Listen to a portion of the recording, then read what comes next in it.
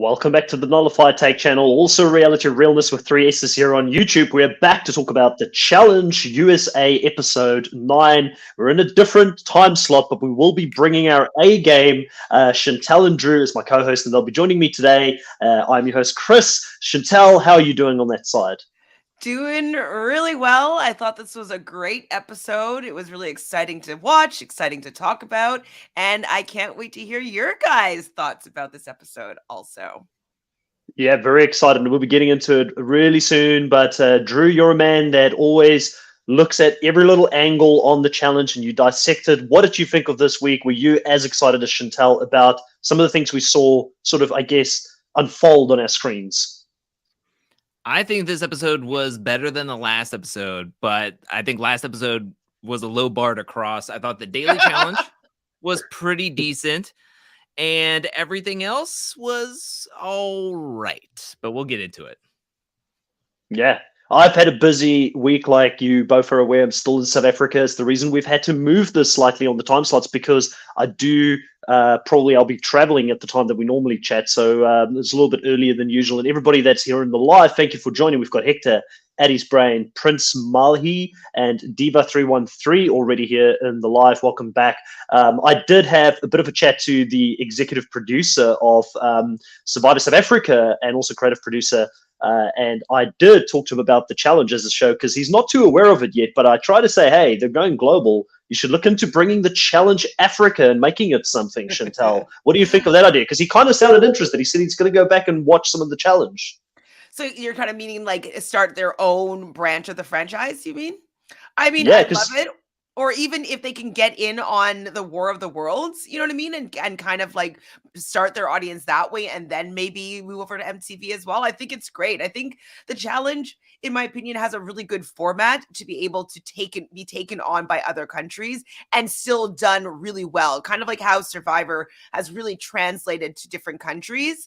I think that it would really work. I think the challenge would be something that other countries would be able to do pretty well, and I would want to watch it. So I'm in. Yeah, I definitely think that there's a lot of interest, especially in some of the players that have played in the recent seasons of Survivor South Africa that would love to be on the challenge. So I know that there is definitely an interest when it comes to that.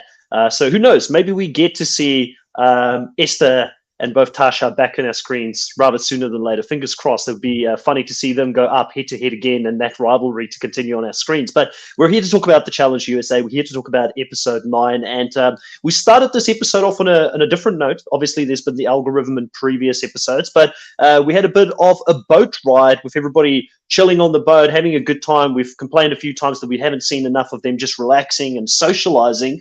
But through all of this, we do find out that there is a hidden alliance that formed in the house. And Chantel, were you aware of this, or were you as blindsided as me? I was like, who's the Fab Five and where did this start? I wasn't blindsided because I remember being like, it looks like Desi is Team Sarah. I was like, Cash was Team Sarah. I wasn't sure where Justine stood. And who's the last person? Oh, Kayla. And I knew Kayla was pretty Team Sarah. So I had an idea that they were all kind of working together. I didn't know that they had a name, obviously. And I didn't like 4 out of the 5 of them I really like. And so I'm just like, can it just be the Fab 4 and like not include the 5th? Yeah, so I had an idea that they were all working together, minus Justine, but I had no idea that they had a name. Yeah, I mean, Drew, I think for me at least, seeing Angela and how she gamed last week, it made a lot more sense that she felt that it was so important to get in with the Survivor guys and have some protection from the Survivor guys in the game, because Angela and Alyssa, they're the only 2 that are not included in this Fab 5. Yeah, I mean, I wonder if this was like reactionary to them kind of being with themselves and always hanging out with like Tyson and everything, that they decided that they were going to make a final 5 alliance. I don't know what they would call it, the Fab 5 alliance. But from listening to Tyson's podcast, it sounds like this was conjured up relatively soon before going onto the boat. And then, as we saw later in this episode, it quickly dissolved as soon as it was put together. Yes. Not so Fab 5. Yeah, we'll definitely get into that. We've got, for the first time here in a live, or first time in a while, Charlotte Birch saying, finally able to watch a live, cool Greek evening and challenge review perfection. Diva313 says that I know Kiki was proud. Obviously, Kiki was mentioned again. I think she's like the extra house guest or the extra challenger that's there every single episode, and they have to get that in as least. Hector says the Fab Five just lasted like 2 seconds. Yeah, definitely by the end of this episode, we'll get into that. Sarah was not too happy, but one of the things I found quite interesting, I don't know how you guys felt about this, is but I think Angela just keeps impressing me as a game player this season, and how she's maneuvering and how she's able to still find a way for two of them to be safe in the spot when there's really no right for them to be safe. But it's because Angela is such a threat, and we at Chantal talk about people like CT quite a lot and how people don't want to go up against them, and that's maybe why he does so well. I feel like Angela's got a little bit of that CT aura there, where the guys were legitimately fearful here that if they betrayed Angela's deal at any time, like Danny, even Danny, as physical and capable as he is, he was like, I don't want to go up against Angela unnecessarily because she could throw me in literally the next week. I mean, and that's the leverage that she is using, and she knows to use that. We realize that the Fab Five doesn't realize how to use the fact that it's the opposite gender that is going to be most important for you in the following week. So I love the fact that Angela is able to really figure that out right away, and early enough make the move to be like, let's get these guys together. Let's get them wanting to run the final with us. Let's get them knowing that I will protect them with the likelihood that I'm going to win a daily in the future, and I could keep them safe, especially once they've won the money. I think it was perfect timing, and it was a perfect proposal, and I'm really happy that they were honoring it. Yeah, I mean, it's interesting that Angela brings this up. I think she did in a great way of bringing it up while she's in power with Ben. With how many Survivor guys there were, she didn't come at it like, oh, I'm in trouble now. She came at it as like, we are partners in this. And I thought that was a really smart move to come at it. And it wasn't like she was trying to get at anybody. But also, it's interesting that Danny kind of even doesn't want to even take a shot at Alyssa at this point, because even if he takes a shot at Alyssa, the guy's day is like the next day, like tomorrow. And if there isn't even a single shot that Angela could win, I mean, it's like, hey, we had this alliance. Whoever she wins with, I mean, she could win with Ben. She could win with, as long as it's not Dom. And I don't think Dom's going to win anything solo anything. But I mean, even if she wins with like Tyson or the Ben, I mean, she could make the argument that, hey, we had a deal, we had an alliance, and then he went back on it just that last week. Who's to say that he wouldn't do that to you if, say, the next guy's day he wins into power and wants to make a quote unquote big move as well? So, I mean, it's definitely interesting, and it's definitely shifts the balance back and forth. So, yeah, Sam brings up here, I feel like Danny and Desi missed making a huge move. Well, I disagree maybe half of it I agree with you, Sam, because Desi did want to make the move, and Desi does understand that Angela is a legitimate threat to her potentially winning this season. But I mean, if you're Danny and you know that there's going to be one guy and one female winner at the end, and there's a potential of partners and things like that, I think Danny played this as well as he possibly could at the spot. But I hear you on the Desi side of it, right? But Desi, I was surprised she did cave in the end, because I was almost thinking the way the episode went that we were going to have our first stalemate. Mm-hmm. And what do you guys think would have happened if we did have it? Desi would have to go down, maybe. Kind of like with Josh and Zach and Amanda. When they had to end up going in, when they couldn't come to a mutual agreed decision on who was going down. I can't remember exactly how that all happened.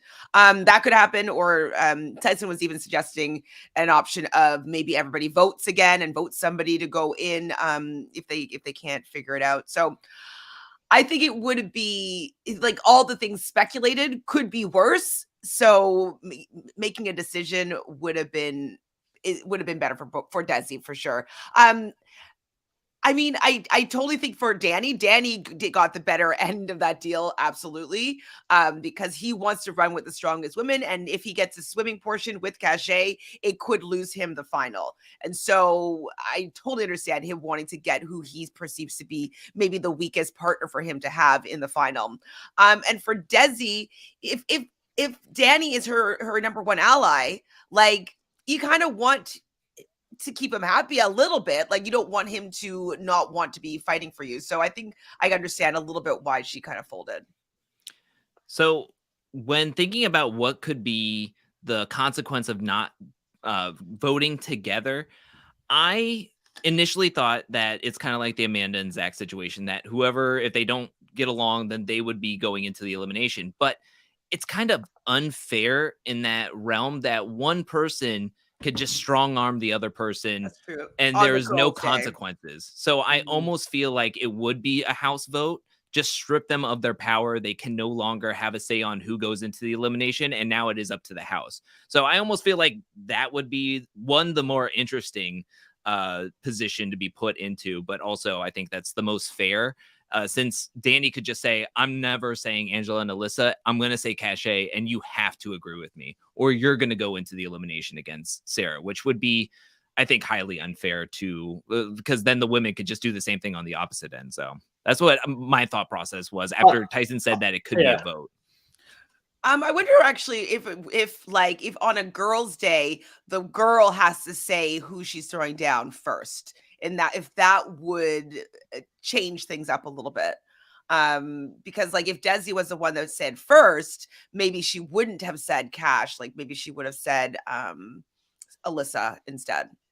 To make it fair, you could have even said whoever was the lowest ranked in the daily would be the automatic next person in, or something like that, if there was a stalemate. Or it's an interesting one. I agree with you though, Drew, that if Danny didn't have any skin in the game and he was never going to go in, then there was no incentive for him to change his mind. So it would have just been a stalemate to begin with, which wouldn't have ideally been the best of things. One of the things that stood out for me, though, in this season, and I've seen a few comments that I've highlighted, I'll come back to them a little bit later on, a few people saying, they're getting to know the cast better and all those kind of things right now, so they're enjoying the cast a lot more. I do agree. I'm the same. I feel like the players are starting to find their feet on how to play the challenge, which has been exciting. But one of the big points of difference for me has been that I feel like in recent seasons, men have never really cared about what happens to women in the game, or women have not really cared about the men's side of it, where now in the recent seasons, it's almost like, okay, you're a female, you decide for the females, and I just don't want blood on my hands, where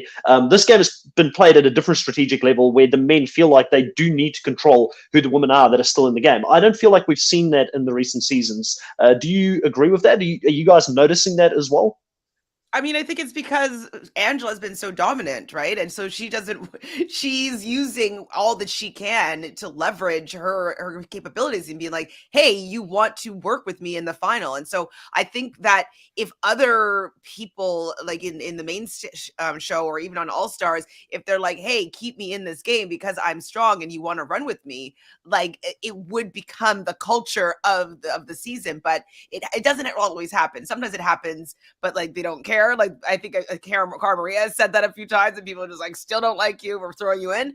But like I think that if people like that were super strong, like the Rachels of it all, or the Laurels of it all, even the Cara Marias of it all, if they were constantly being like, you want me in the final, you want me in the final, I think that it would have changed the culture of it. So I think it's just because Angela has been so dominant and she's had so much power that it's changing the way that the women are being able to leverage their abilities in the game. And I think it's just changing the way the game is being played this season. I'm absolutely loving it, because for that reason, I think Angela has really stepped up, and I really feel like if she can bring this type of energy to the main show, Drew, I endorse an Angela going over to the main show and kicking some butt on that side, because we need, I feel like, this type of person in there to do the obvious, to push back and say, let's not make it an easy vote every single week.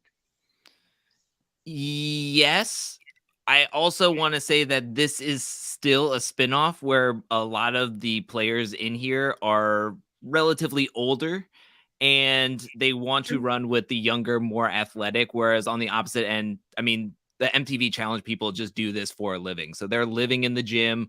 They know their own abilities, and they'd rather just pick off rookies because they know each other and they know whose talents are what and who has what abilities, advantages, and disadvantages. Where here on the main cast, I mean, Dom is over there trying to like be all smooth with Desi, being like, you could take off anybody in the final, while Desi really wants to take a shot at Angela because it would benefit her game on either Sarah or Angela getting out of the game to make herself feel more confident in the game. Whereas you have in the main season, Tori is cool with going up against Casey regardless of what's going on because she feels like she can take her in a puzzle or how well her stamina is. So I mean, I agree that if she can bring that type of mentality into the main game, then I'll consider being happy to see if Angela gets put into the main season. I just feel like everybody would look at her and be like, oh, here's another Big Brother player. She's going to fit right in with Fessy and Casey. And there's another Big Brother number, and she just fades into the shadows because nobody wants to take a shot at her. It's Casey 2.0 at this point. I like her better than Casey at this point, but no. I would rather have, let me just clarify, I would rather have her than Casey or Fessy on the show is what I'm trying to say. And that's kind of the angle that I'm going to, but I hear your fear. You'd rather Josh than Angela. What, Josh? No, I mean, let's not go there. We don't need to bring Josh up. We're not talking about the main show. What about Amber or Angela? We were having such a good day, Chantal. You had to go Amber or Angela. Oh, don't do that to me. It'll be tough. Like, I think, to be fair, even though Amber has won a season, I think Angela would bring more to the show. I honestly do think that. I honestly think she's got more fire in her belly than Amber. But quick comment here from Patricia said, just joined listening while on the clock at work. We appreciate you, Patricia. Don't get in trouble. We don't want to get you in trouble. We're not responsible, okay? One of the other things that stood out here in the early stages were that there's some mistrust or distrust that are starting to form between Ben and Sarah, because Sarah's got the Fab Five and she's got this thing going on. Ben doesn't fully feel like he's on board with that or he's in on that. And then Ben is moving to do his thing, which Sarah is not aware of, with obviously Angela and also Alyssa. But Sarah is noticing that Ben is spending a lot more time with Angela as well. So is this duo or this partnership potentially on the rocks here, or do we think because they've known each other for so long they'll find their way back together, Chantal? I think that they will always come back together. I think that they're just not aligning in this particular game.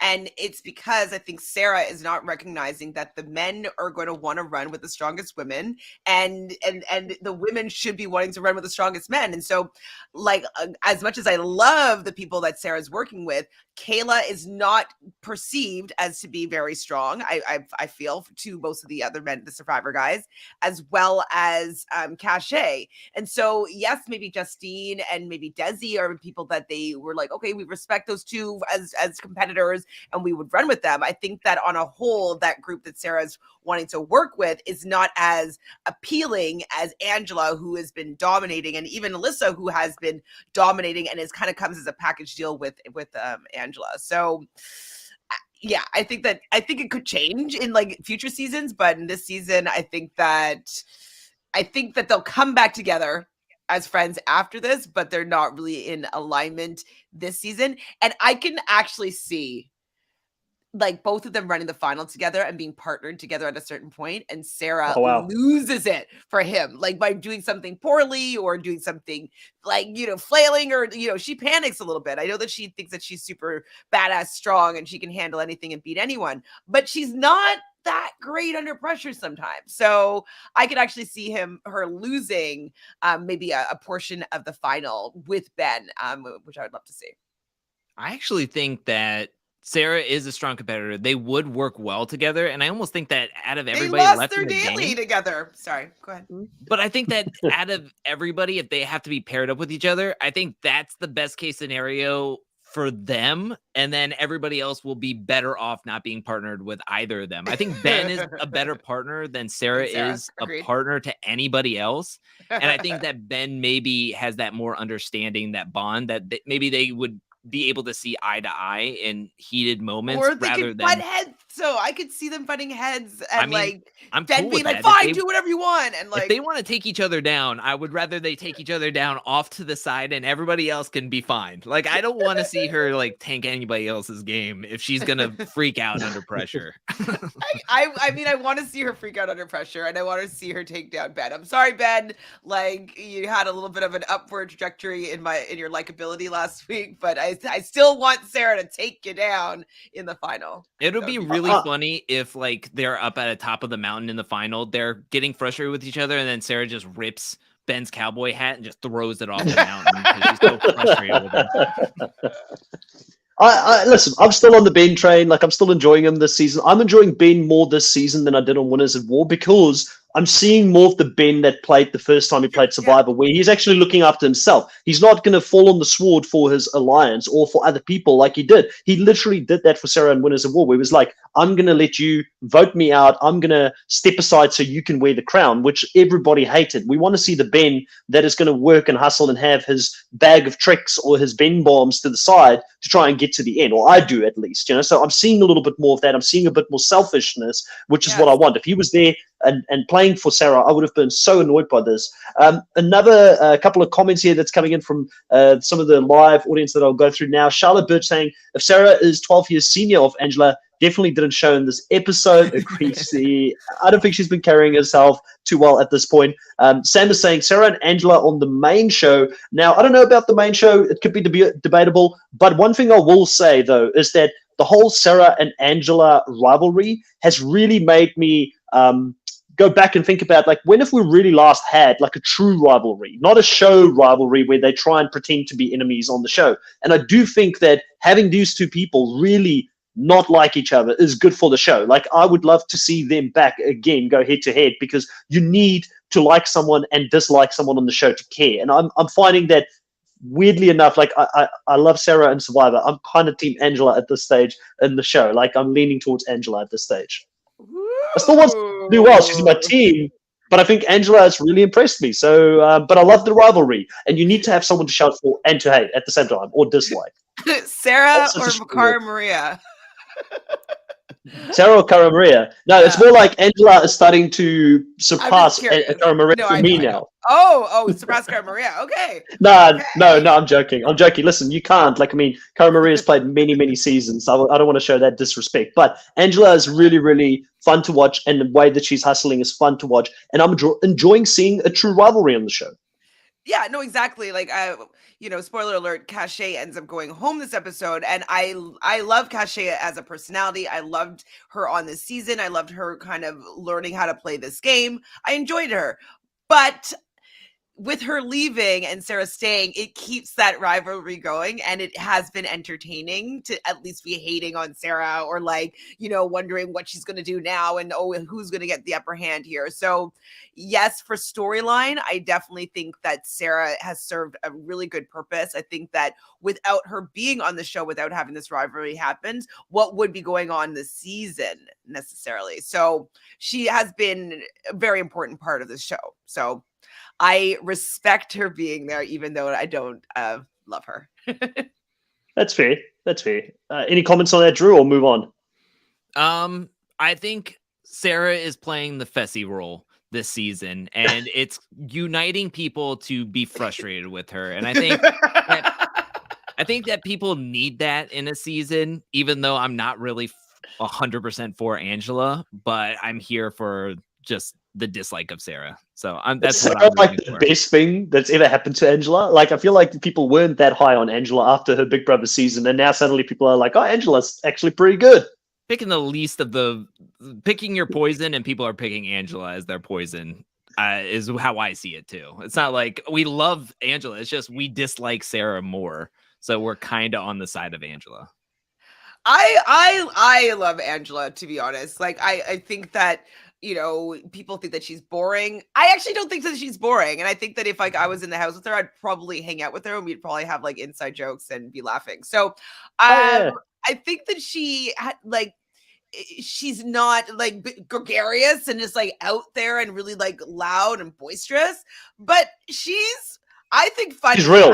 She's real. She's real. She's kind of intense. She thinks about things a lot. And I love people that think about things a lot. And so I don't necessarily like people that are just super reactive for my own personal life. Like, yes, maybe for a TV show, you want people to be a little bit more out there. But like, I think as a person and as a player, I think she plays the game in a way that I can relate to and that I enjoy because it's similar to how I would play or to whom I would align with.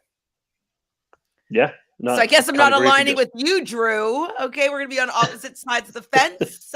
You want me to talk like this, and we can talk about how we can. You can be my +1. I'll talk to the people like this. This is how we're doing it. We're gonna be great. As long as you have some good strategy and you have power, I'm in. We're playing Connect 4. Let's do this. I'm so excited. Collect 4. It was Collect 4. Tyson, let's do this. So guys, if you could get one person right now to come back for Challenge USA 2, BB Town is asking like if let's all three of us give one person so far who's punched their ticket for USA 2. Chantel, start with you. Tyson. Easy one. Drew, do you want to take the second one? Who do you reckon? I want Danny and Kiki to be on the challenge season 2. Yes. Danny and yes, Kiki. I stand that. Danny and Kiki would be so good. She needs to be on the show now. It can't just be like the legend of. In Ontario, we had this TV series when I was younger called Today's Special. And part of Today's Special, there was this like guy, Jeff, and every time he leaves, this pokeroo, this like animal would show up and then he would leave and like the kids would be like, oh, you missed pokeroo. Like that's kind of what I feel like Kiki is. Like Kiki and Danny can't be in the same screen at the same time. It's like pokeroo. We don't know if she actually exists. I know she does exist. Yeah. But I do want to see them on the season. That it's not just like an urban legend. The legend of Kiki. All right, so far we've got Danny and Kiki, we've got Tyson, and I'll give a little bit of love to the person who was eliminated this episode. I'll go for Cash because she was my shock of the season. I really enjoyed her from an entertainment standpoint. I think she's kind of like the more capable Big T. And that's kind of the energy she's bringing to the show. A lot of light and fun confessionals. And I think you need that in a show. You need balance of true competitors and then some people who, is the underdog fighting to get there. I'll also, there's a lot of people that I really liked. I think even Shannon, I know she went out a couple episodes ago, but like she was starting to figure out how to play. And I think that, if she played for the next 5 years, she could become a staple. She would be like the confessional queen, and she might even start to get good at some of the challenges. So just to throw another kind of fun one in there, I'd throw in Shannon as well. I would agree with Hector and Esther saying Justine because she's my queen. Love Justine too. So yeah, Justine? Justine is queen. Yes, there's so many good ones. I mean, there's Daniel is saying Leo, but I feel like after what happened last week and Leo just really going in on production, I just don't think that production and Leo like each other too much at this stage. But I do think that Leo is probably telling a lot of truth, sadly. I don't think that Leo's going to be going back. I think that he, with his exit press and I'm not being super happy with how he was portrayed and what he was promised. And especially, I don't know if we talked about it on this pod, but they promised them when they signed up that there was going to be no hall brawl. And the fact that there was a hall brawl, like that's, I think, really, really disingenuous of the production to kind of spring that up on the contestants. And so I don't think that Leo's coming back, even though I would like him to come back, but I don't think he will. Zuderman saying, oh, definitely. Cachet was so funny. Her comments of saying, I'm glad this wasn't a hall brawl. I was planning on faking an injury and getting the hell out of here was gold, because I just don't think Cachet, I mean, you got to give Big T that. I think she's been in a hall brawl already. I can't remember who. Maybe Amber B. Yeah, I think that's who she was on. Yeah. So she stepped up to do that in the past. But guys, let's talk about the daily here. So big football stadium.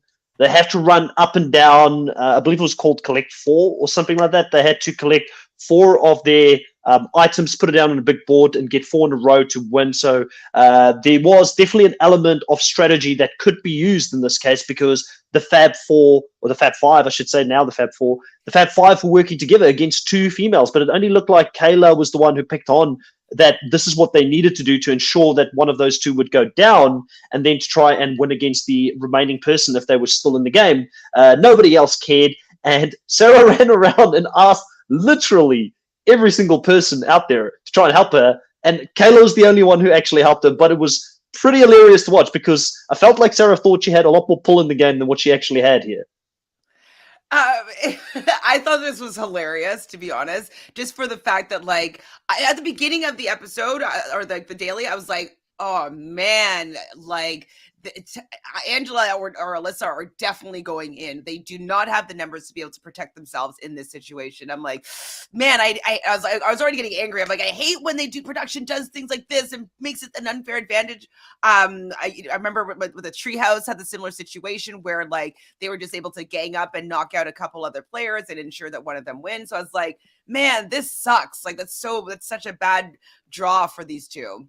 And then the fact that they were able to overcome it, like, because the other people, like, I don't even know why they wouldn't just all of them pile on one person, get them out, and then, like, who cares? Like, it was very shocking to me that they didn't come to that conclusion, that if they all just put their tile maybe 2 times down on the same person, they would be out of the running, and then they could pretty much ensure that one of them was going to win anyways. And so, yeah, I thought that the lack of strategy there was terrible. And just like Sarah running around, like, a lot of people were putting into on Twitter, and I agree with this inconsistency. They're like, Sarah wants to go down against anyone and throw her down against Enzo, and she was willing to beat anybody, but, like, she's blocking me, she's trying, like, it's unfair, I don't respect that game. And it's like, come on, Sarah, if you want to go down, this is how you go down. Like, maybe she should have played a little bit like, whatever, take me out, I'm gonna call you and I'm gonna make sure that you go down against me, or something like that. But yeah, it was just a little bit more of Sarah inconsistencies. Yeah, I mean, it was pretty annoying. I'll say it right now, because I was confused, and then I was annoyed that she kept on saying, like, they're blocking me. I get that maybe at the beginning she would be like, I want to win, so don't block me, I want to get into power. But then again, it's like, if you're gonna lose, then go, well, oopsie, I'm gonna lose. Like, who cares? Block me then. I'll go get last place and I'll take out whoever is thrown into the elimination. It made no sense to me. I did want to throw this out there that according to Tyson on his podcast, that there was a rule that was not shown on the broadcast, that every 4th token that they got, they had to use it as a sabotage. So if they got 3 tokens, then their 4th token, they had to put it on somebody else's board. So they ensured that we were going to see at least 1 sabotage from each player before they would just ultimately get themselves out of the game by either winning and just going off. So I thought that was interesting. But yeah, it's just weird. It's weird that everybody was just like, I'm out for myself. See ya. Peace out. But then again, Sarah should have just been like, I'm cool to just go into the elimination. I also want to throw this out there that I think that there was some misstrategy on both Angela and Alyssa's play here. Like, why do you help out Sarah in the long run by sending her into the elimination? If you're trying to ice her out, pick on somebody else from the Fab Five. Like, and she'll want to go down against them. Exactly. And then have to make her go against a quote unquote friend. So if they would have gone to Kayla, probably would have been the best person to try to gang up on. And then when you see Sarah, like, putting her 3rd token down, then that's when you throw your sabotage on her board to make her, like, swerve off and have to make a whole new row or something like that. Like, you just barely get her to, like, having to miss and just barely win, and then you take somebody out and put them in last place, instead of ultimately taking Sarah and putting her in last place, ultimately giving her a shot to get the money, and then being qualified to run the final, and possibly even going up against her in an elimination. It's better to make her volunteer against one of her own numbers, in my opinion. So I think that it was just very confusing when I was first trying to put it together. Like, okay, Sarah is now upset about going into elimination, even though she wanted to go up against Enzo, even though he didn't have enough money. And now Angela and Alyssa are ultimately helping Sarah by sending her into elimination, even though they don't like her. what? So, What so am to I me, trying to figure out? So to me, the way that came across was that she didn't want to go into the elimination at the hands of Angela and Alyssa because Angela and Alyssa outplayed her in the game. So she was more pissed off at that Angela and Alyssa outplayed her than actually going in. Afterwards, she was like, okay, cool, I'm going to go in, I'm going to go get my money now. She was on a different page after that. But I think she wanted to be the person in control, telling her friend who she would like to go against and or sort of control that from a different thing. But I think it was all ego. I think it was ego from Sarah's side, and I think it was ego from Angela and Alyssa's side to also go after Sarah, like you said, and missing a better opportunity of potentially making sure that two of the Fab Five go against each other within the game.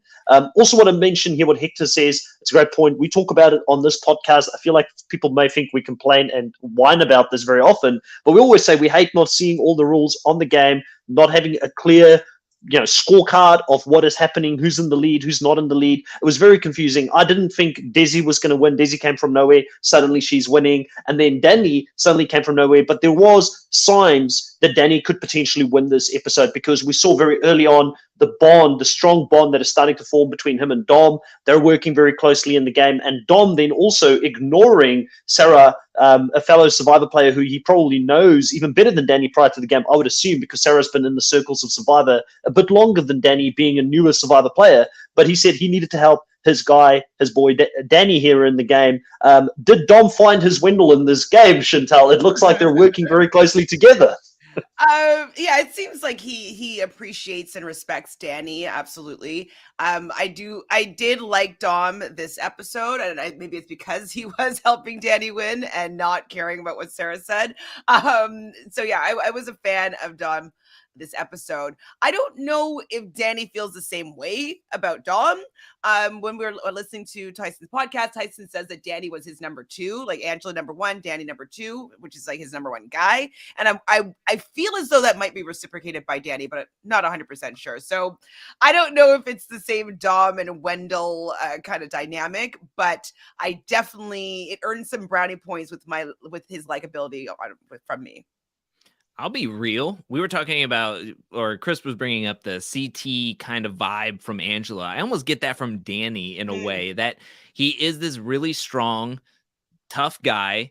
He's friends with everybody in the house. Like if Danny is Dom's number 1, he's Tyson's number 2. He's looking out for Angela and Alyssa, who are looking out for him. Ben likes him. He was talking strategy the next day after everything was put into solo game instead of pairs, going, are we good with Survivor Strong? He's good with Desi.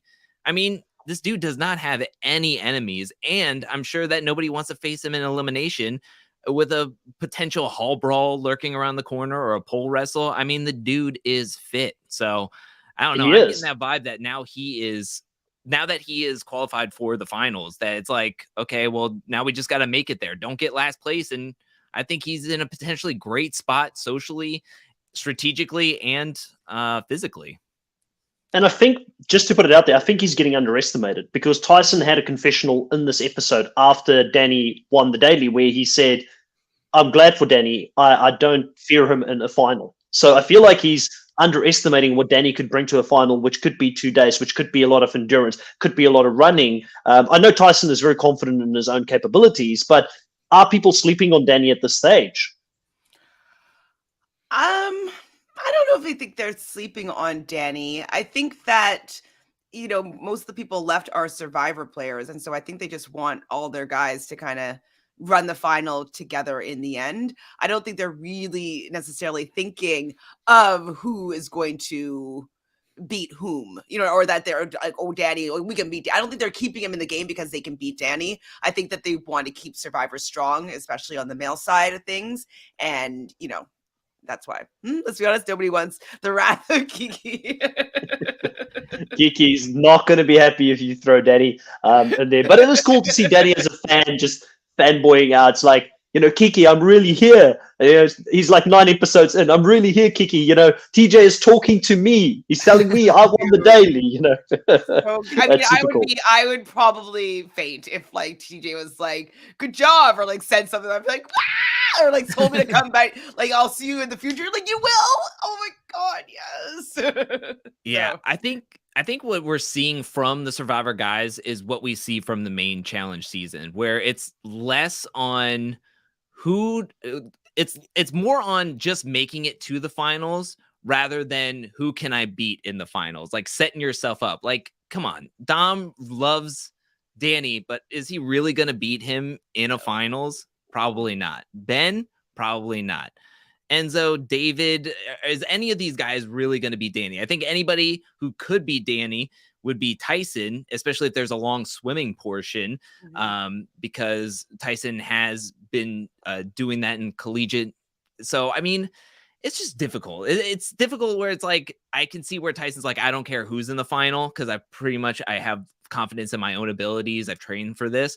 But everybody else who is like, I'm cool with going to the finals with Tyson, Danny, Survivor Strong. It's like, all right, well, you're locking in third place at best behind these two guys. Like, seriously. 100%. I got them both 1 and 2 for sure. And Suited Man, that's not a hot take. No, I mean, maybe with these guys, actually, I agree that Danny is way better than Corey, but I know you guys are super fans of Corey, so.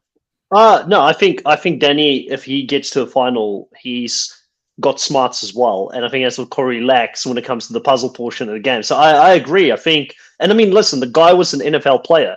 It shouldn't be disputable. Like, I mean, it should be undisputed that he's probably one of the best athletes we've ever seen on the challenge, right? So, also with this episode too, when we got to that stadium, like I had a feeling that, okay, this is going to be Danny's episode to win here. Like he's reminded of himself when he used to go on the field and he could still hear the fans screaming, and they showed pictures of him when he was playing in the NFL. And so I was like, you won't show all of that if he loses. So yeah. I kind of had an idea that he was going to be getting his money.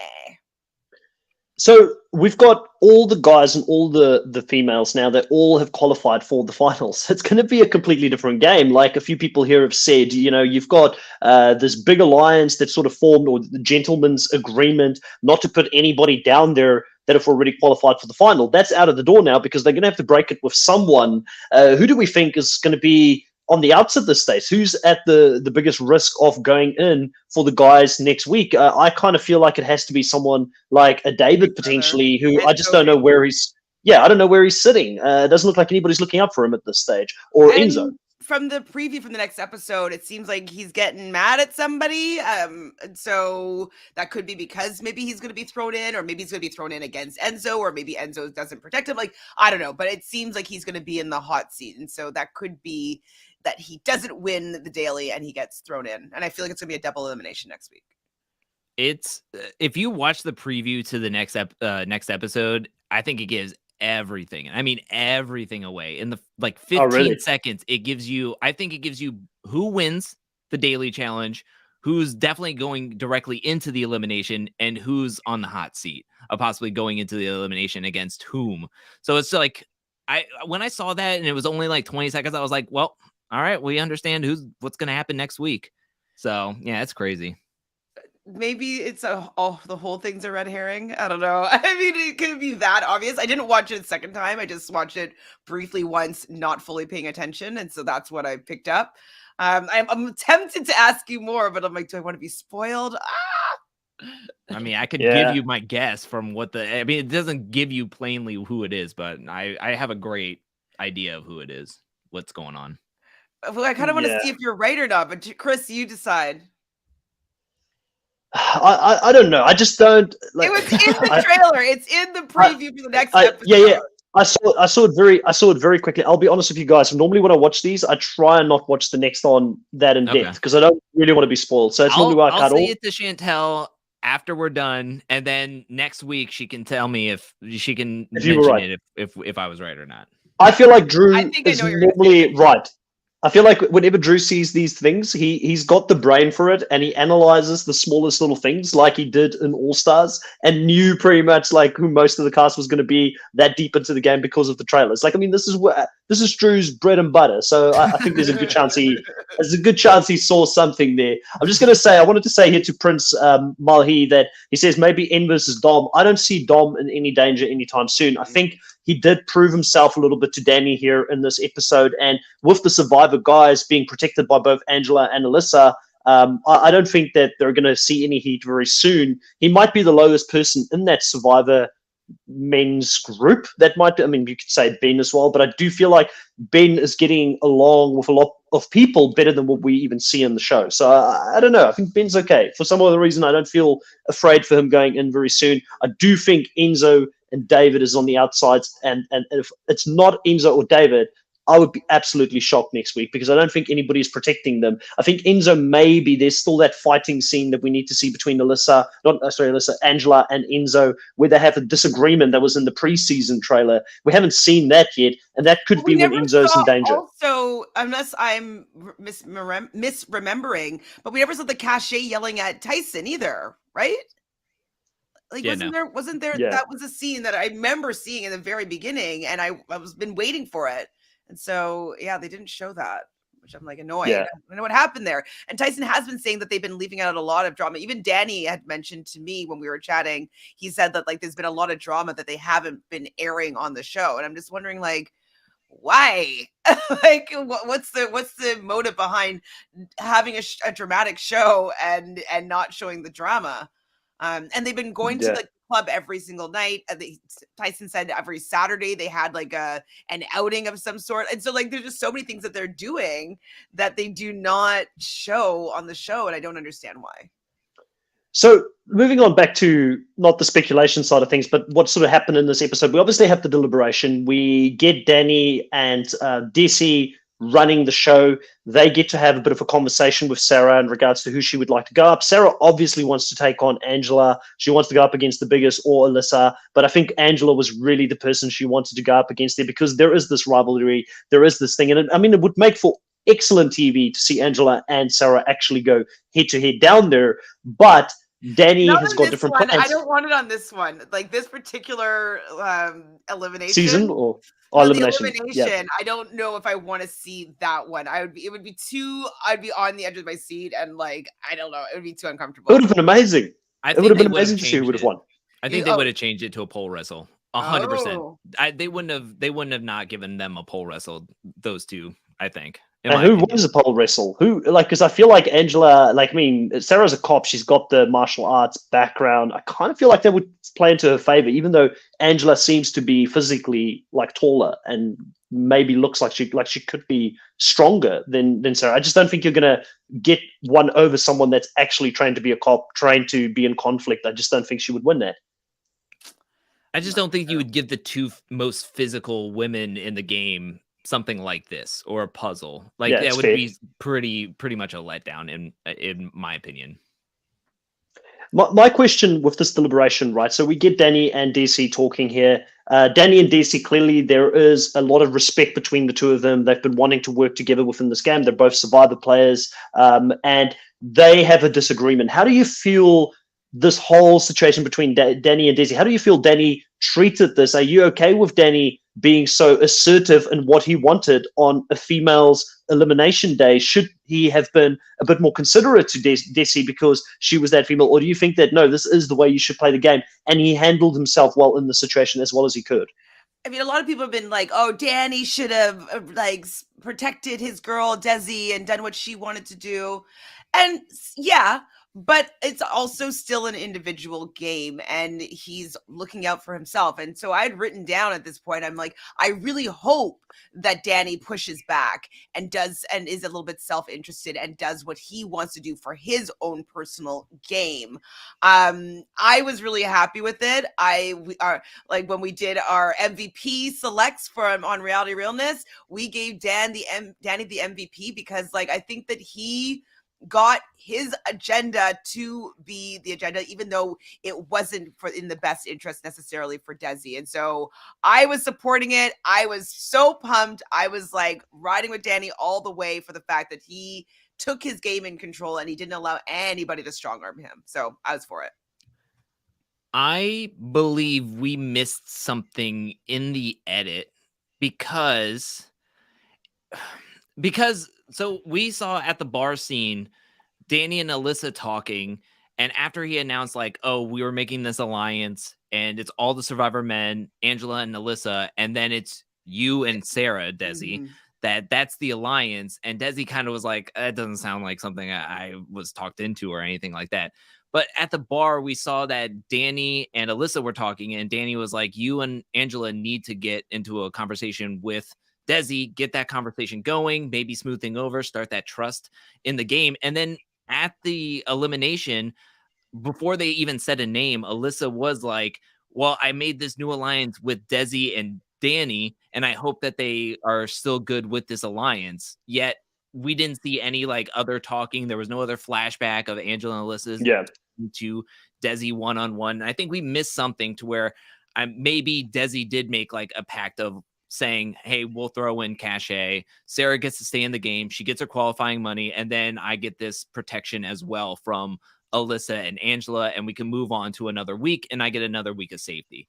So I think we did miss something in the edit.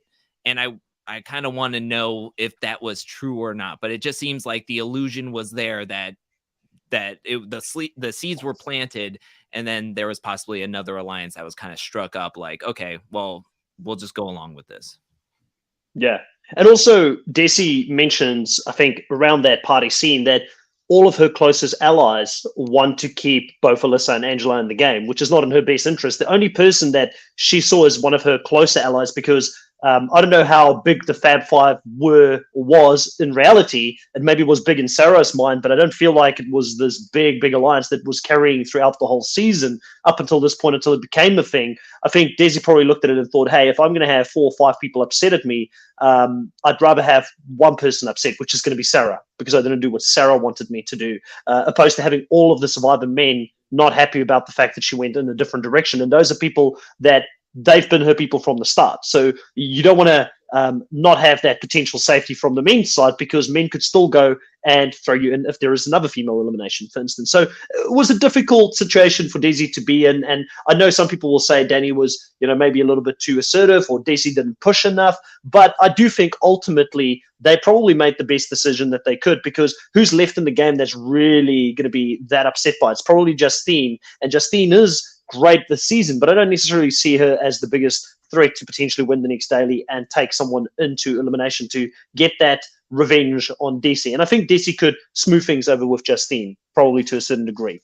Yeah, I don't think that, especially because, Justine, I think she's been playing great. I think that she has been a great addition. I'm so happy to see her playing.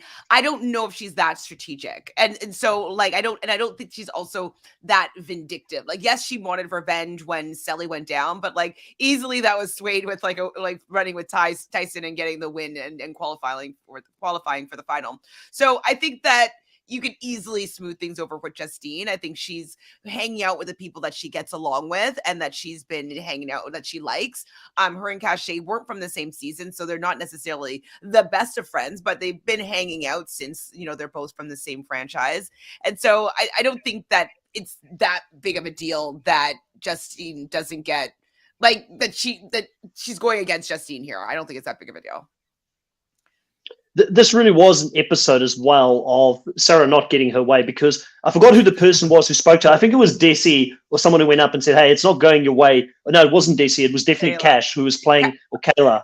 No, it was Justine said it once, but Kayla said it to, I think, Justine, or to Justine and Cash, I think is how it went. And then Justine said it to Sarah, I think. Yes, and then Sarah went up to both Desi and Danny sitting in the house, I think in the gym, and she said, hey, just throw her in, throw Angela in or Alyssa in, and I'll take her out.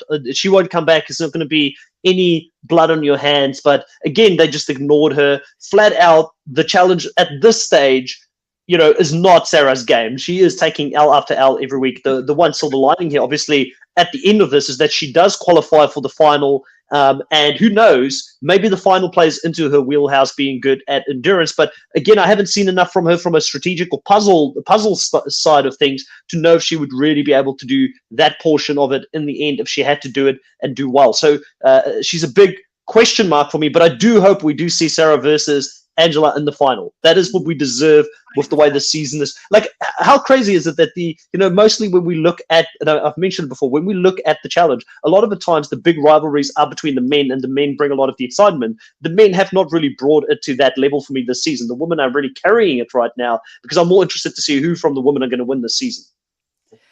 One thing that I didn't mention when we were talking about the daily is how satisfying it would have been for the audience of the Sarah not so fans of if she was iced out of the final. Like how, like, she would be so frustrated if, like, she doesn't, if like, say Angela and Alyssa, they blocked out somebody else, and then Desi doesn't decide to throw Sarah down, like they throw somebody else down instead, and like she doesn't get a shot at the final. Like, how angry would she be? Would be so fun.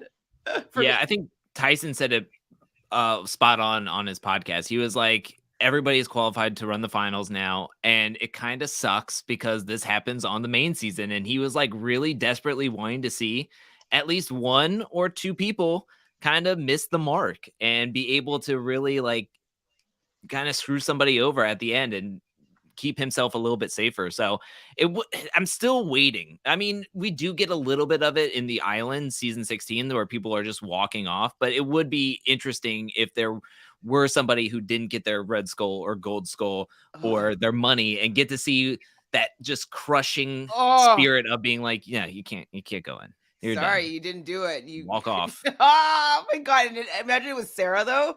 Her ego, oh my goodness, would be. I just don't believe that they won't give them like the opportunity at this stage because of the main show. There were people who waited right until the end and they still got that opportunity to go and get the skull to get into the final. Maybe they will. Maybe they'll change it. It's just, I'm like reluctant to believe that we'll ever see someone not qualify. But I agree with you guys that it would be amazing TV to see that play out on our screens, and it would be so satisfying to see someone play that scared game of not going down, or just strategically being outplayed and not getting the opportunity to go down and get it, because there's so much risk when you go on these shows to say, I'll put my hand up first in episode 1 or 2 to go down there and get the money. They should be rewarded for doing that, or maybe even the early ones should be more money or more power. There should be more incentive to go early, because if you go early, potentially you're forgettable and you don't get a season 2. You don't get that callback for USA season 2. So there's something that they need to do. It would raise the stakes. It would make these skulls more valuable. It would make people panic a little bit more. It would make people be like, we have to do that. Okay, I need to go in. Like, we only have for a certain amount of days. Like, if they knew that time was running out and they're like, hey, man, if you don't have it by this day, you are locked out of the final. Like, that would, I think, create so much urgency. It would create people playing really a lot more wildly, really more strategically, like throwing themselves in or trying to throw other people in. Like, I think it would really amp up the action and like the strategy and all of it of this season. So I'm not sure why that they're avoiding that, like making it an easier game to play and like less like cinematic and entertaining. I'm not sure why they're making that decision, but I would love if there was an expiration date on, when you can go and get your money for the final or skull or whatever. Agreed, 100%. And Chasing Cabrene says here, I really hope they do a purge before the final, and the last woman man still experience that feeling of not making it, even though they have the money. And it'd be worse if they actually lose the money because they don't make it to the final. Or we've speculated for a long period that if you don't win, you maybe don't keep the money, which could be why people are sour about this whole season, which would not be great. And there will definitely be backlash if that happens at the end. But let's talk about the elimination here. I personally did like the elimination, but I want to know how you felt about it. I like the fact that it was really visual. It was this big hamster wheel that they had to be in, run inside of the hamster wheel, get it moving with basically like a tug of war type of component. And they had to get like a buoy that was attached to the rope on their side to win. I feel like obviously strength was important to get those first couple of steps going and moving it. Cash clearly struggling and not even moving that thing, to the point where I was thinking, is this thing broken? Is it actually even working? That they tested beforehand? But she does ultimately get it moving. But endurance probably played a really, really big role here as well, because I don't know how long they had to run up there to actually get the rope to the other side. But I thought visually it was quite exciting to watch, because you could see them go head to head in this manner, and see who was kind of winning by looking at the ropes at the bottom to see how much was left as they were running. How did you feel about it? Were you as excited about this, or where did it sit? I feel like, Drew, let's go to you. You've been underwhelmed most of the season by most of the eliminations. How did you feel about this one? I thought it was fine. I thought it was decent. I mean, I like the idea of it. The execution was fine. I think because of the matchup it was and how lopsided each round was, I think it lends itself to be a little underwhelming, especially after 20 to 30 minutes of buildup of who's going in, who's going in, who's going in. Cache. Okay, well, all right. Well, it's Cache versus Sarah. I'm 95% sure that Sarah's going to win this, but let's see how it's going to go. And then round one is an absolute blowout. It's just a blowout. And I was like, all right, well, next 3 minutes we'll be over with this and we'll be moving on to the next episode. So I think the idea was there. It's just how the execution went ultimately left a little underwhelming. But like you said, I think the visuals were fine. I think it was better. I think it's easier to see who's in first place moving forward and get to see who wins. There's no like technology of having to memorize a puzzle or how far have we ran to then get off and do a puzzle or something. So I actually pretty much like this one. I wish they would have done it a little bit earlier in the season, though. I wish they would have done this one last episode instead of this episode. I think Leo versus Enzo in this type of elimination would have been a lot more interesting, in my opinion. Especially like, he likes his cats, like his animals, like both of them, and like looking like little hamsters on hamster wheels. Like, yeah, they can superimpose a cat face on them. They could have really had some fun with that. I totally agree with you. Sorry, go ahead. Yo, don't call me the meow meow anymore. I'm the ham. I'm the ham. Yeah, I'm a hamster now. I'm a hamster now, yo. Hamster man. I totally agree with you, Drew. Like, I actually liked this elimination, but the fact that it was just like let down right from the get-go, the fact that she couldn't get it going, I was like, oh, well, she couldn't get it going, so she's gonna suck. Like, she's not gonna win this most likely. And so she wasn't going fast enough to pick up and surpass Sarah, who had it going pretty much from the beginning. So I was kind of like, oh, that sucks. And then round two happens, and they made it look as though Cash did better because it seemed like she was running faster. But Michelle was telling me that when they panned back, that her wheel wasn't moving faster than Sarah. So even though she seemed like she was taking more steps, the wheel wasn't actually moving. So I guess Sarah was taking longer strides. And so I thought that Cache at least tied it up. And then I saw it go over to Sarah's side. I was like, like I was hoping that it would be a big upset. Yeah. But then I looked at the episode title, and it's something like, and she still persisted or something like that. I was like, okay, that's definitely for Sarah. She's still persistent.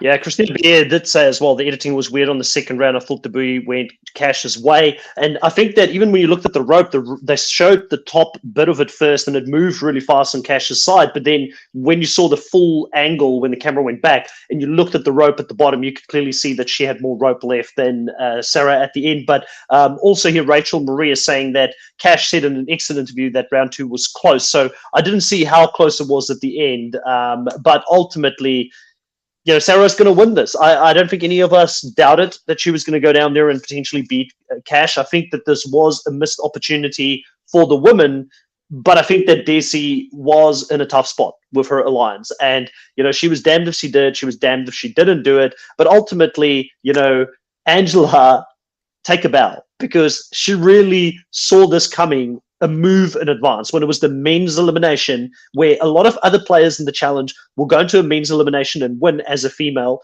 and think, hey, there's nothing for me to worry about. There's nothing to do for me here. Let the men decide what they want to do and I'll just go along.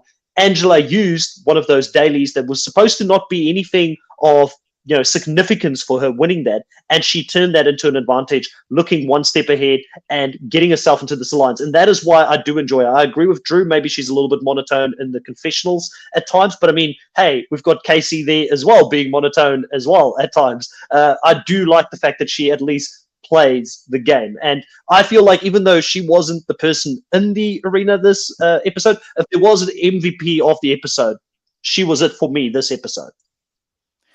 Not Danny? I thought Danny was the MVP. No, Danny was amazing, but Danny sort of did kind of sort of fall in line with what Angela wanted to happen by putting this whole thing. I'll keep you safe, you keep me safe, and I'm not taking anything away from him winning his daily, but strategically, I thought Angela played a really, really good game. Even though she didn't win the daily, she had power when she wasn't even in power, which is impressive. I guess the reason why I feel like it should go to Danny is the fact that it wasn't necessarily in Desi's best interest for that plan to go through, and he was able to still get his agenda across. So I agree also with you with the fact that Angela was the one that put that plan into place, and he followed through with the plan. But I think it was just like a very Danny focused episode, and like the fact that he was able to convince Desi to go along with it, I think that deserves some accolades. Personally. Yeah, I agree. Who's your MVP for this round, Drew? I would say Danny. 100%. I think it's Danny. I do want to throw this out there that in the midseason trailer, I think we also missed out on another deleted scene of Dom. I think Dom telling Danny, I think it is, saying you got to make it believe that Desi, this is Desi's choice or something. Like you got to make her believe that she wants this kind of thing. So I feel like with how much Dom was trying to stir the pot or trying to like smooth things over with Desi, I feel like we missed that as a confessional where Danny was like, oh, Danny was a bit frustrated and going to Dom for help. And that's when Dom was like, well, you guys got to make believe that this Desi has a choice in this, which I'm glad they cut out of the episode, but they put it in the mid-season trailer. So I'm actually really happy though that Desi had kind of like a glow up this episode, because like, oh, I was trying to switch it back. We were probably switching it back at the same time. I was doing it at the same time. I'm like, I'm still here.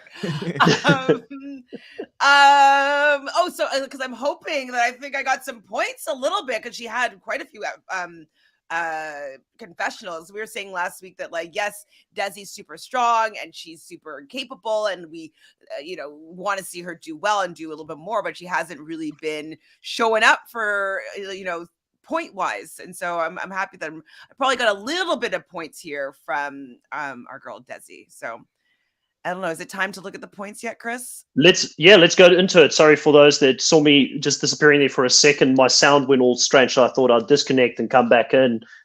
You all sounded like chipmunks to me for some other reason. But Drew, let's get into it. Let's get into the points. What's the damage currently? I will also bring up at the same time, I guess, the tiers or the teams. So look. Well, you'll get to my tiers after looking at these points here. Solidly, and I mean solidly, in third place is my team. I got a total of 23 points. You know how many points Danny got me this episode? A total of 18 points. He got me 18 points with 13 confessionals, the winning the daily challenge, and my other two players of Justine and David got me a total of 5 points together. And David got one confessional. So it wasn't just Justine getting me those points. So I got a total of 23 points. I went from 201 to 224. Now let's move into actual good points.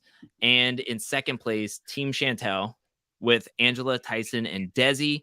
Desi got you a total of 15 points this episode with 10 confessionals and winning the daily. And you went up 33 total points, going from 241 last week to 274. But increasing his lead, granted by only 1 point, getting 34 total points with your 6 players left in the game. You go from 306 to 340. So you have a total of 64 points over Chantel. and then you're miles away, 116 points. I'm 116 points away from you. I have the lowest scoring player left in the game with David at 27. And of course, Tyson, it looks like, nope, Sarah is now the leading scorer, point total person in the game after this episode with 63 points. Tyson is 62 points. So yeah, Sarah, this is the world we're living in. I did not realize that. I did not realize Sarah, like, what world are we living in? Like, Sarah overtook Tyson, but it kind of emphasizes what I've said throughout this whole thing. Like, I feel like the females are bringing all the entertainment this season, Chantel. Yeah, no, I definitely do. And I think it also stems from this rivalry that's been going on. In the first couple of episodes, we didn't really see that much of Sarah, but I think it's the jealousy hadn't started to infect her yet. The jealousy of Angela, and Angela getting all this power, and Angela, winning all these dailies, and Angela qualified. Like, I think that just like started to eat at her. And so like then the evolution of this rivalry started to happen. And so I do think that this season is about the jealousy of Tyson and Angela, but because Sarah has been the one that was the last to qualify for this final, it's mostly between them two, the women. So if Ben hadn't qualified, like, I think that he also would have been bringing some more drama to some of these episodes as well. Yeah, I think Ben, if he didn't qualify, he would have thrown himself right in there. Danny, I think Danny was the last guy to qualify, right? And he got that with this win as well. That's why Dom helped him. So if Danny didn't get it, Danny was throwing himself in the next one. I just don't think these players would have just been sitting outside not trying to get the money, because I think they all know it's getting really close to the end here. How many rounds do you believe we still have left? Because Drew, you mentioned, I think last week, that we are potentially getting 12 episodes. This was episode 9. Does that mean that there is just one more elimination potentially coming up for men, or how close are we here to the final? I think it's men and women. I think next week will be a male and female elimination, and then the following week would be a double episode 2-part finale. That's my guess. Yeah, I don't know. I'm very confused now that I'm looking back or going through my minds of the scenes from the mid-season trailer that I broke down recently, and it seems as though there's like 2 more dailies that I'm kind of like that's in my mind, unless they're like smashing a lot of these into the final, which is just weird in my opinion. So I don't know. They just don't have that many teams to get rid of, right? There's only 6 teams. So like they get rid of 2 teams next week. Like they're going to go into the final with 4 teams. That's not really, or like 4 like male, female, Yeah, I just know that they're doing the truck daily challenge next week with all the pegs, but they still have the haunted house daily challenge that they do at night, unless they're keeping that for the finals. But they've shown it so much with the players that are in there, like close Zoom, like we've seen who's in there. Maybe it's a mini final then. Maybe it's a mini final that starts right after an elimination, maybe. But you don't do a mini final right before the final, though. I would think that just plays weird. Maybe that overnight thing is a purge. I'm confused. I'm really confused. It could be a purge. It could be. Well, we still have to see. Yeah, we have to see the haunted house. And we have to see the pole wrestle. So maybe. Sorry, go ahead. I was gonna say, I wonder if it's gonna be like one of those things where it is a purge at the beginning of this, whenever the double episode is, and it does that thing where the first half of the episode is cleaning up whatever is left, and then we get a little bit of the finals, and then they do the bulk of the rest of the finals in the second hour, the second episode of where I think that could be also arranged, where it could be a cliffhanger on the beginning of the end of the next week's episode, and then they finish it up and wrap it up. I don't know. It's weird. I'm trying to figure it out. I just broke down this mid-season trailer, and I'm like, I see everybody clearly. This isn't a spoil. Like, this is spoiling so much, yet I don't know what is a final and what isn't a final. Or what if, like, maybe some of these challenges aren't for elimination? Maybe it's for placement on, like, how you start or who you're getting your partners with. So maybe we're seeing some of these competitions, but it's not a daily. Maybe it's for placement or order of picking your partner or something like that. So maybe we're just misunderstand how they're using some of these challenges. Maybe It's going to Maybe be they just cut exciting, 'em out. regardless. just another deleted scene. They just cut out a whole challenge. No more haunted house. We're going straight to the finals. We already had it. You don't remember it? We'll have to go to Tyson's podcast so he can let us in on what actually happened on that daily, because I'm sure he'll let us know the amount of things that he's. One thing that he did say, I don't know if is this too spoilery for you. I don't think so, but he did say to when you watch next episode, just to remember that he went first. So in the daily. Oh, okay. So that probably means he doesn't get it. Or he does, and he does exceptionally well, or it could be either way, right? But he says, well, it would be impressive if he does. If he does, it's impressive, right? Because whoever goes first normally don't win it. Like, it's always the people who can see how to work out what needs to be done, and then they go out and win it. But he's been sort of saying over and over that he feels like he's become the person dragging the alliance down, and Angela is like carrying him in these recent rounds. So there's been like a narrative of him saying, I want to step up, and that could be good for Tyson. Even if he doesn't win a daily, that could mean he gets to the finale and he really steps it up in the finale and he actually takes it home, because he's going to have that little bit of a chip on his shoulder that he could do well in. But I did take note of him saying that he's underestimating Danny, and to me, they put these things in for a reason. So I've got my eyes on you, Mr. Danny. I think Mr. Danny is potentially going to go into the final and be someone that will do extremely well. Is there anything? Yeah, that'd be so cool. Because Tyson's been the favorite this whole season, and everybody's like, it's gonna be so boring if Tyson ends up winning this. Like, he's been winning this whole time, and so it would be great to be like, you know what, he didn't win, so it wasn't boring, was it? I'd be happy pretty much if Danny or Tyson won. I think it would be a welcomed upset if Danny took this home. So I would be happy with either of them for sure. Who can beat Tyson at this point is the question, and only I mean, Danny, really.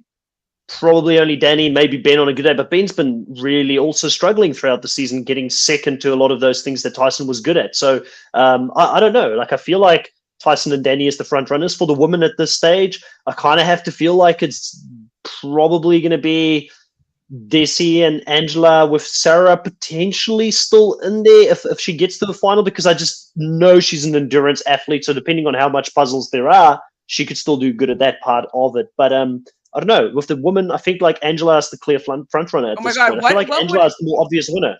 What happens if it says those three in the finale and they have to eat stuff, and Angela doesn't eat something, and her not eat something allows Sarah to win the game?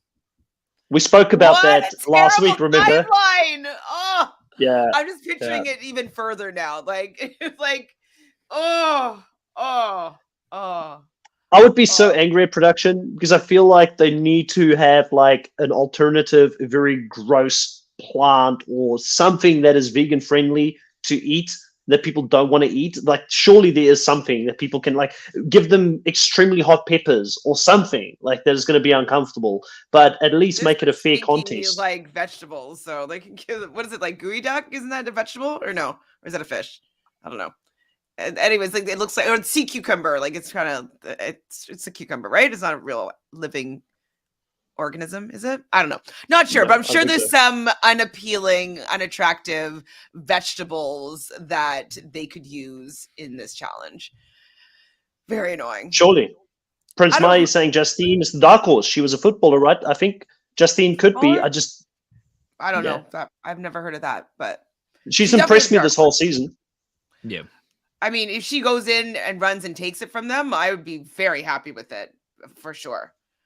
But she would be a very under-edited winner, I will say that. Not that it hasn't happened before, but I feel like she's been very under-edited. Do you think that Sarah's been edited as a potential winner? Because I feel like they've been giving her kind of a dirty edit. I don't think they've been making her look great. I feel like Angela's winning, to be honest, based on the edit. I feel like Angela's getting the winner's edit, and Sarah is that rival, the person that goes up against her. But clearly, if you look at the two, the edit wants us to like Angela more than Sarah. So why would they do Sarah that dirty if she's going to win? Or maybe they just don't care and they're just showing it as it is because it's entertaining, which it is. So it's possible. But I feel like Angela, to me, at this stage, has just been the clear front runner. And like you said, maybe it does come out to them eating food and she can't eat it. And I would be fuming if that is the thing that means that Angela doesn't win it, because she probably has been the most consistent athlete throughout this whole thing. Mm-hmm. It's getting close, though. Only 2 weeks left. Wow. We'll know very soon. Very excited about that. But I think for now, this is all for episode 9. I think we've touched on everything. Unless Drew or Chantel, there's anything else you guys wanted to chat about? I think we hit everything. Yeah. Well, everybody in the live, thank you so much for joining us. We appreciate you as always, and thank you for still jumping on, even though we moved our time slot here this week. We really appreciate it. And now we're done earlier. I don't know what else is going to be on telly over there in the US or wherever you're watching from, but hopefully there's something else you can watch a little bit later on. If you are running out of content to watch, check out Reality Realness with 3 S's here on YouTube as well for some reality TV content. Chantel, what's the latest on Reality Realness? What are you doing currently? I mean, things are chilling down. Tomorrow I'll go live talking about the finale or the reunion of Love Island USA. I will be going live with Rob as a podcast tonight after the episode, so that will be fun for sure. I also did record something with Rob and ZZ, and it was for Snake in the Grass, and so it was the reality women's episode that aired on Monday on USA Network. And so we did a little recap and review of that. So on Rob as a podcast, you can check that out there. I'm still doing The Bachelorette and wondering what other shows I should pick up at this stage, because I got so much free time on my hands. I'm like, what do I need to do now? So if you want to give me some suggestions, leave me a comment as to like maybe shows that you would like to have covered. Obviously Survivor and The Amazing Race will be on the docket, but if there's anything else that I don't know that you would be interested in hearing us chat about, let me know and we'll maybe bring it on the roster. Yeah, sounds great. Guys, check out Reality Realness with 3 S's and Drew, Angel Cake Entertainment channel. Yep. What's happening on your channel currently? Currently, I am a fiend at filming early.